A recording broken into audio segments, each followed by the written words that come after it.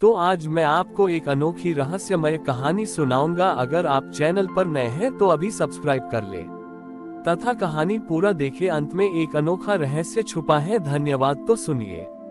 प्राचीन काल की बात है। एक चितव्रत नाम का साधक था।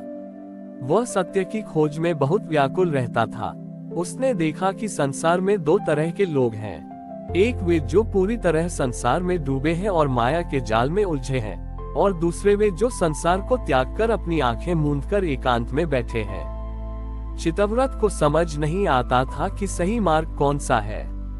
वह कैलाश गया और महादेव को ध्यान मुद्रा में देखा। उसने एक विचित्र बात गौर की। महादेव की आंखें न तो पूरी तरह बंद थीं और न ही पूरी तरह खुली। वे आधे खुले नेत्रों से देख रहे थे। चितव्रत ने हाथ जोड़कर पूछा, हे त्रिपुरारी, आपकी ये दृष्टि कैसी है?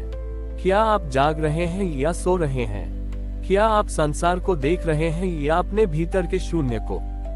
उद्धरण चिन्ह। महादेव ने मंद स्वर में कहा, ग्रेटर देन चितव्रत, यदि मैं अपनी आंखें पूरी तरह बंद कर लूं तो ये संसार आधारहीन होकर नष्ट हो जाएगा, और यदि मैं इन्हें पूरी तरह खोल दूं तो मेरा ध्यान भंग हो जाएगा और मैं केवल माया में उलझ जाऊंगा।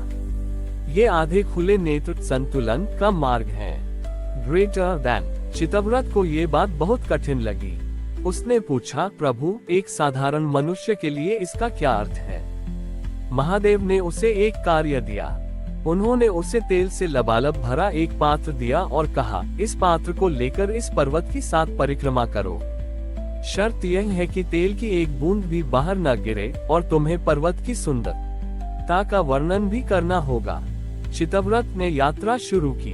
पहले घेरे में उसने केवल तेल पर ध्यान दिया तो वह पर्वत की सुंदरता नहीं देख पाया। दूसरे घेरे में उसने पर्वत को देखा तो तेल छलक गया। अंत में 7वें घेरे तक पहुंचते पहुंचते उसे समझ आया। उसने अपनी एकाग्रता को 2 हिस्सों में बांट दिया, आधा ध्यान ते ल पर, स्वयं पर, और आधा ध्यान मार्ग पर, संसार पर। जब वह वापस आया तो उसके चेहरे पर एक अपूर्व शांति थी। महादेव बोले, यही मेरे आधे खुले नेत्रों का संदेश है। आधा ध्यान भीतर रखो ताकि तुम अपनी आत्मा से जुड़े रहो, और आधा ध्यान बाहर रखो ताकि तुम अपना कर्तव्य निभा सको। जो केवल बाहर देखता है वह भटक जाता है, जो केवल भीतर देखता है वह पलायनवादी हो जाता है। शिव के अर्धोन्मीलित नेत्र हमें मध्यम मार्ग सिखाते हैं। हमें संसार में रहना है, अपनी जिम्मेदारियां निभानी है, लेकिन अपना एक हिस्सा हमेशा ईश्वर और आत्मा के चिंतन में लगाए रखना है। जीवन की सफलता कर्म और ध्यान के इसी संतुलन में छिपी है। चितव्रत ने संतुलन का पाठ तो सीख लिया था, लेकिन अब उसके सामने इस ज्ञान को व्यवहार में उतारने की चुनौती थी। जब वह कैलाश से अपने नगर लौटा तो उसने देखा कि वहां का वातावरण अत्यंत अशांत था। नगर में 2 गुट बन गए थे। एक गुट उन लोगों का था जो दिन रात केवल धन और विलासिता में अंधे थे। उन्हें धर्म या शांति से कोई लेना देना नहीं था। दूसरा गुट उन लोगों का था जिन्होंने वैराग्य के नाम पर अपने परिवार और जिम्मेदारियों को छोड़ दिया था और आलसी होकर बैठे थे। दोनों गुट एक दूसरे से नफरत करते थे। भोगियों को लगता था कि त्यागी कायर हैं, और त्यागियों को लगता था कि भोगी पापी हैं। चितव्रत ने नगर के बीचों बीच एक ऊंचे स्थान पर बैठकर महादेव के उसी स्वरूप का ध्यान किया। उसने न तो गेरुए वस्त्र पहने और न ही राजसी ठाट बाट दिखाया। वो एक साधारण गृहस्थ की तरह रहा, पर उसकी आंखों में वही आधा खुला आधा बंद भाव था। एक दिन नगर का सबसे बड़ा सेठ और एक विरक्त सन्यासी दोनों उसके पास आए। सेठ ने कहा, चितव्रत, मुझे शांति चाहिए, पर मेरा व्यापार मुझे सोने नहीं देता। सन्यासी ने कहा, मुझे मुक्ति चाहिए, पर मुझे समाज की सेवा करने में अपना ध्यान भंग होने का डर लगता है।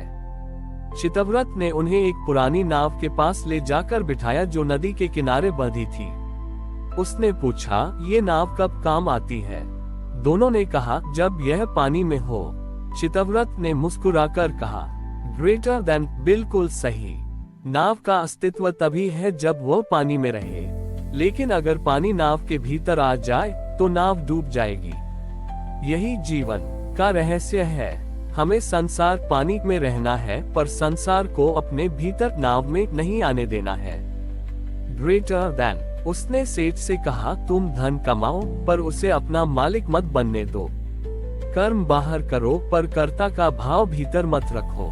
फिर सन्यासी से कहा, तुम ध्यान करो पर उस करुणा को बाहर बांटो। यदि तुम्हारी शांति समाज के काम नहीं आ रही तो वह शांति नहीं जड़ता है। चितव्रत के प्रभाव से नगर में एक नई लहर दौड़ गई। लोग अपने काम भी करने लगे और शाम को मौन में भी बैठने लगे। नगर का नाम बदलकर सामंजस्यपुर रख दिया गया। चितव्रत ने अंत में अपने शिष्यों को सिखाया, महादेव की आधी खुली आंखें ये बताती हैं कि परमात्मा कहीं दूर नहीं है। जब तुम बाहर देखते हो तो वह सेवा के रूप में मिलता है, और जब भीतर देखते हो तो वह शांति के रूप में मिलता है। इन दोनों का मिलन ही पूर्ण शिवत्व है। उस दिन के बाद चितव्रत कभी विचलित नहीं हुआ। वह भीड़ में रहकर भी एकांत में था और एकांत में रहकर भी पूरे ब्रह्मांड के साथ जुड़ा था। आध्यात्मिकता का अर्थ संसार से भागना नहीं है, बल्कि संसार में रहकर भी उससे अप्रभावित रहना है। जैसे कमल कीचड़ में खिलता है पर उससे लिप्त नहीं होता, वैसे ही हमें अपने कर्तव्य निभाते हुए भी अपनी आत्मा की ज्योति को जलाए रखना चाहिए। हमारी और भी आध्यात्मिक एवं अनोखी कहानियां देखने के लिए हमारे चैनल पर जाएं तथा धार्मिक एवं पौराणिक अनोखी कहानियां हमारे चैनल पर है। कृपया जाके देखें तथा हमारे चैनल को सब्सक्राइब करके रखें और वीडियो लाइक जरूर करें। धन्यवाद।